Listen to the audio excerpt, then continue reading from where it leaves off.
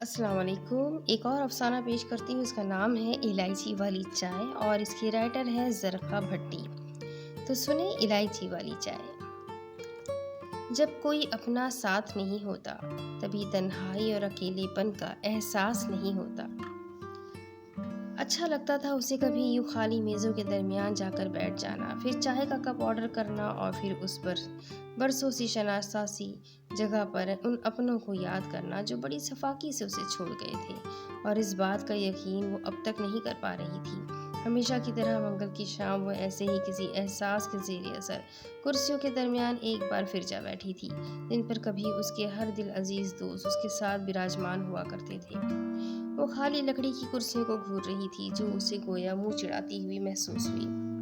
اسے لگ رہا تھا کہ جیسے وہ بے جان لکڑی کی کرسیاں اسے کہہ رہی ہو، تم کیوں اتنا اعتبار کرتی ہو لوگوں پر؟ جانے والے چھوڑ کر چلے جاتے ہیں، پھر وہ واپس نہیں آیا کرتے۔ وہ صرف جگہ نہیں چھوڑتے بلکہ جگہ چھوڑنے سے پہلے ساتھ چھوڑ دیتے ہیں۔ وہ اس کی نفی نہیں کر سکی کیونکہ جانے والوں نے اس کے ساتھ کچھ ایسا ہی کیا تھا۔ کیفے کے شور میں وہ گمسم اپنی ہی دنیا میں مست تھی۔ جب ویٹر نے معمول کے مطابق گرین ٹی اس کے سامنے میز پر لا کر رکھ دی، وہ بے اختیار چونکی۔ نہیں، گرین ٹی نہیں، الائچی والی چائے پینی ہے۔ اس کے لہجے میں ٹھہراؤ کے ہمراہ گہری اداسی کی چھاپ بھی محسوس ہوئی تھی۔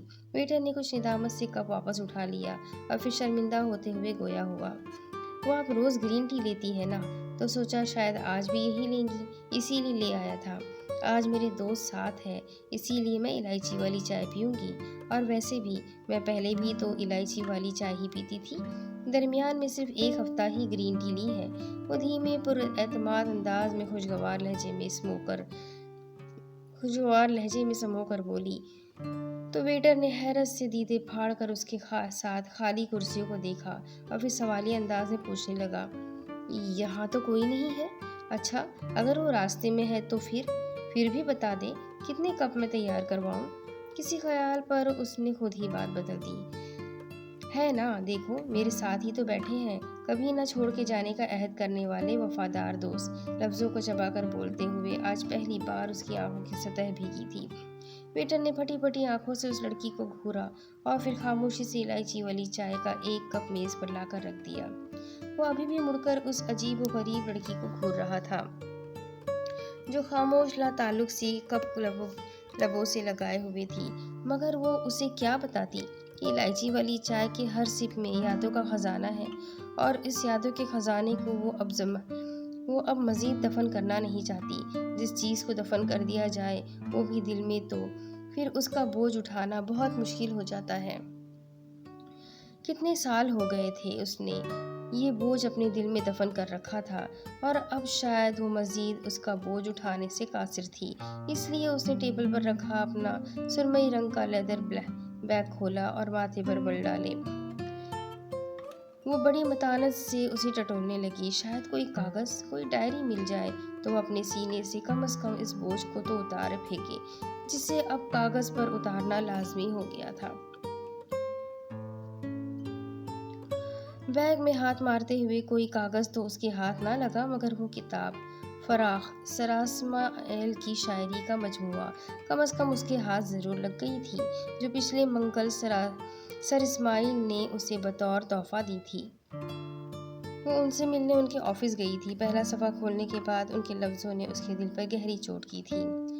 وہ آخری چائے کا کپ، وہ ابن انشا کی پڑھی آخری کتاب، وہ دوستوں سے کافی شاپ میں آخری ملاقات، وہ برسات میں ٹپکتی آخری بوند، وہ بہار کی کھلتی آخری کلی، وہ آنکھ سے ڈھلکتی آخری نمی، وہ محبت کا آخری تحفہ، وہ مزاج کی کھنکتی آخری ہنسی، وہ دل کا آخری ملول، وہ گہری سی آخری نگاہ، وہ گمبھیر سی آخری پہلو خاموشی، وہ زندگی کی آخری نوید، وہ نفرت کا آخری خط، وہ بچپن کی آخری تصویر، وہ والدین کی آخری شفقت، وہ ملازمت کا آخری دن، وہ لب پہ رقصہ آخری دعا، وہ بچوں کو آخری نصیحت، وہ بڑھاپے کی آخری کپکپاہٹ، وہ زندگی کی آخری ہچکی، اور پھر وہ دنیا سے ٹوٹتا تعلق۔ یہی ہے زندگی کی مختصر اور آخری تصویر۔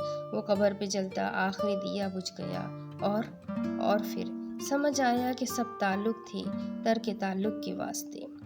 सर इस्माइल ने कितना गहरा लिख दिया है और हकीकत कुछ ज़्यादा ही तल्ख इस छोटी सी नज़्म में ज़िंदगी का फ़लसफ़ा ही बयान कर छोड़ा है कि आखिर इस ज़िंदगी की हर रौनक खुशी और गम ना पायदार है, हत्ता कि इंसान भी और इसके जज्बात भी। उसने किताब का सफ़ा पलटने के बाद इलायची वाली चाय का एक गहरा सिप लिया और फिर बैग में से बॉल पॉइंट निकालने के बाद वो अपना दिल पहली बार खोल कर रखने लगी थी। किताब का आखिरी सफ़ा खाली था और उस पर वो अपने हाले दिल का नक्शा खींचने लगी। मैं सितारा हूँ। पता नहीं अब्बा को क्या सूझी थी जो मेरा नाम सितारा रख दिया, मगर मेरी किस्मत का सितारा तो मेरे नाम की तरह कभी न चमका। उसकी रोशनी हमेशा अबर की वजह से मानिंद होती रही और फिर एक दिन उसने चमकना ही छोड़ दिया। मैं वही बदकिस्मत सितारा हूँ जिसका सितारा हमेशा गर्दिश में रहता है। मेरी ज़िंदगी में लोग एक मखसूस मुद्दत के लिए आते हैं और मुद्दत पूरी होते ही वो यूँ कतः ताल्लुक़ कर लेते हैं जैसे वो बस इतनी ही मुद्दत के लिए आए थे। इसलिए मेरी किस्मत का सितारा हमेशा गर्दिश में रहता है।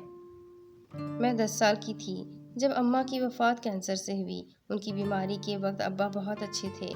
मुझे याद है आखिरी दिनों में भी उन्होंने अम्मा का कितना ख्याल रखा था, इतना कि शायद अगर उन्हें अम्मा से मोहब्बत ना होती तो वो उकता जाते, मगर उनके लबों से मैंने कभी उफ तक नहीं सुना। लेकिन जिस दिन अम्मा की वफ़ात हुई तो जैसे अब्बा की शफ़क़त का भी इंतकाल हो चुका था। उन्होंने हम पर से ऐसे हाथ उठा लिया जैसे हम उनकी औलाद ना हो, बल्कि यूँ कहना ज़्यादा बेहतर होगा कि उन्होंने हमें अपनी सरपरस्ती से आग कर दिया। वो सुबह से लेकर शाम तक काम में मसरूफ़ रहते और शाम को घर लौटते साथ ही खाना खाकर कुछ देर टीवी देखकर आगोश नींद में चले जाते। कितने दिनों तक मेरी और जैन की उनसे कोई बात ना हो पाती थी। उनकी खामोश और इस आम सी रूटीन ने हमसे वो बाप छीन लिया था जो कभी इस घर की मुकम्मल तस्वीर हुआ करता था, जिसकी शफ़क़त और मोहब्बत के हम आदी थे, जो दफ्तर से वापसी पर कभी खाली हाथ घर नहीं आता था, हमेशा फल, आइसक्रीम या चिप्स वगैरह कुछ न कुछ ज़रूर लेकर आता था और हम रात का खाना साथ मिलकर खाया करते थे। वो मुसर्रत के लम्हात हुआ करते थे, मगर अब पता नहीं उन्हें क्या हो गया था। चेहरे पर हमेशा रहने वाली संजीदगी से उनके माथे पर शिकने पक्की हो गई थी। चेहरे से रौनक उड़न छू और दाढ़ी के बाल सफ़ेद होने लगे थे। दिन ब दिन सेहत भी गिरती जा रही थी। वो दुनिया और ख़ुद से ताल्लुक़ होते जा रहे थे और हमारे दरमियान एक बहुत बड़ी और मजबूत दीवार कायम हो चुकी थी, जिसने मोहब्बत और अपनायत किसी भूखे शेर की तरह निगल लिए थे। उदासी पिछले 11 साल से हमारे घर में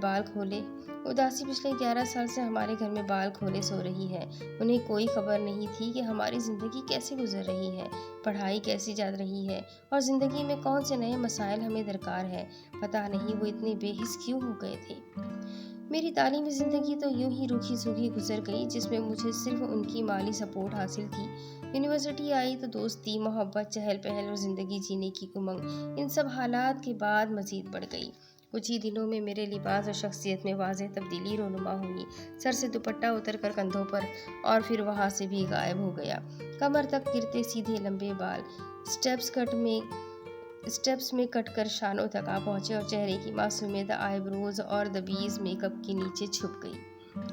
दरमियाना कद हील की खूबसूरत नोक पर कदरे दिल आवेज लगने लगा और दोस्तों के दरमियान मेरी नहवत से उठी गर्दन ने बहुत से लोगों को मेरा गर्विता बना दिया। मैं दिनों में बदली थी, इतना कि आईने में खुद देख कर खुद को पहचानना मुश्किल हो गया था। वो डर, खौफ और दबी सी घुटी शख्सियत किसी आबरालूद बादल की तरह छुट गई थी, तो मेरी शख्सियत के रंग कौसे कज़ाह के तौर की तरह हर सू बिखरने लगे। दोस्तों की फहरिस्त तवील हो गई और वक्त की यूँ किल्लत होने लगी कि पढ़ाई के लिए वक्त कम पड़ने लगा। मैं जिस मकसद के लिए वहाँ गई थी उसे तो गोया मैं अपनी हसरतों को पूरा करने में बालाए ताक रख चुकी थी, मगर ये कभी नहीं सोचा था कि जिन दोस्तों पर मैंने अपना वक्त और मोहब्बत, अपनी ज़ात और शख्सियत का नुकसान करके लौटाई थी, वो मतलब परस्त थे, वक्त गुजार रहे थे और मौका परस्त भी। सारा दिन हम साथ गुजारते थे। क्लासेस लेने के बाद हम घंटों कैफ़े की उन्हीं मेज़ों के दरमियान बैठकर एक साथ इलायची वाली चाय के कप पिया करते थे और जब कभी अबरालूद बारिश होने लगती तो पकोड़ों की प्लेट के साथ इलायची वाली चाय के दो कप और ढेरों वादों के साथ उंडेल लिया करते थे। सितारा ने किताब से सर उठाकर कैफे में देखा तो वही हलचल और गहमा गहमी अब भी मौजूद थी, मगर सफ़ा पलटने के बाद उसने एक कप चाय का लिया और एक बार फिर पूरी मुस्तैदी से लिखने लगी। हम पांच दोस्तों का ग्रुप हुआ करता था। मैं, फरीहा, सदफ, जीशान और असफंदियार।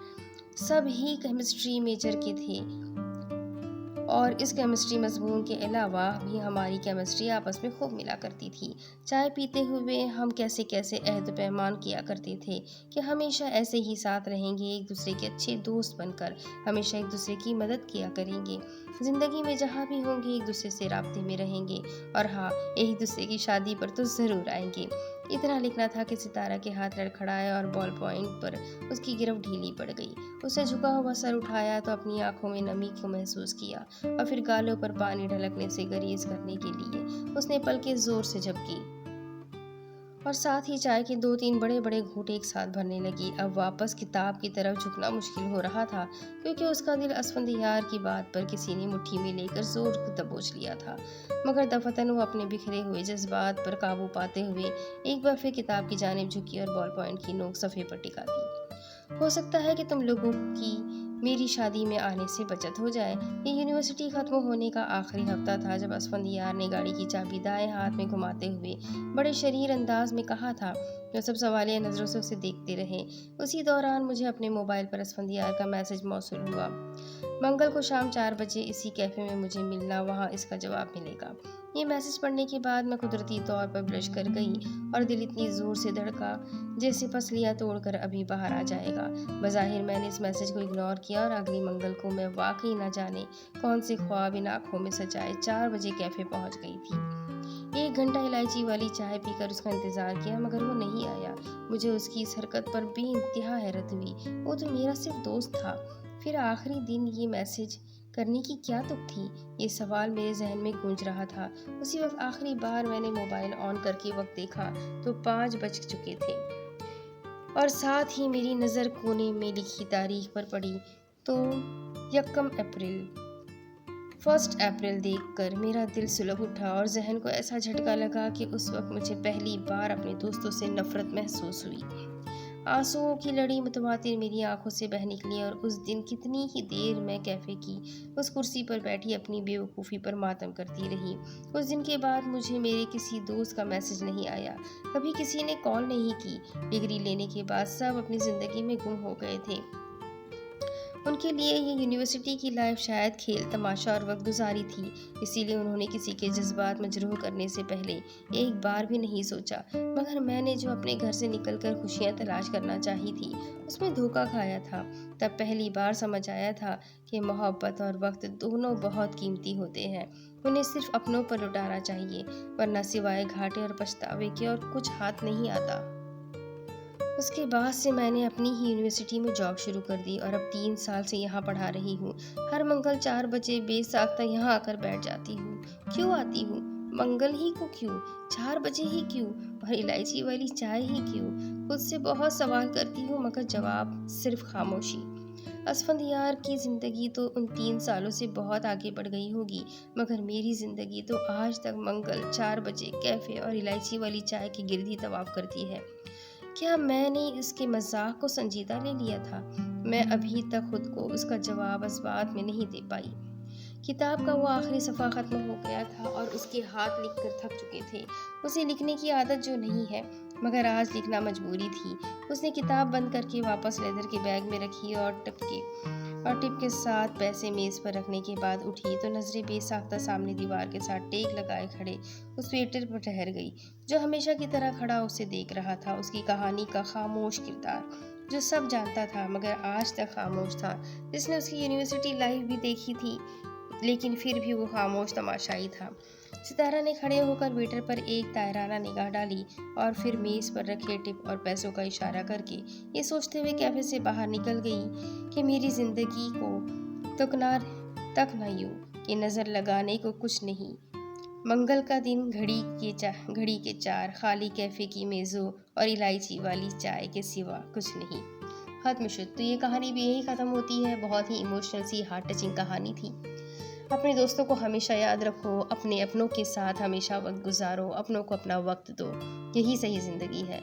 چلیں ایک بار پھر اس کہانی کا خاتمہ ہوتا ہے۔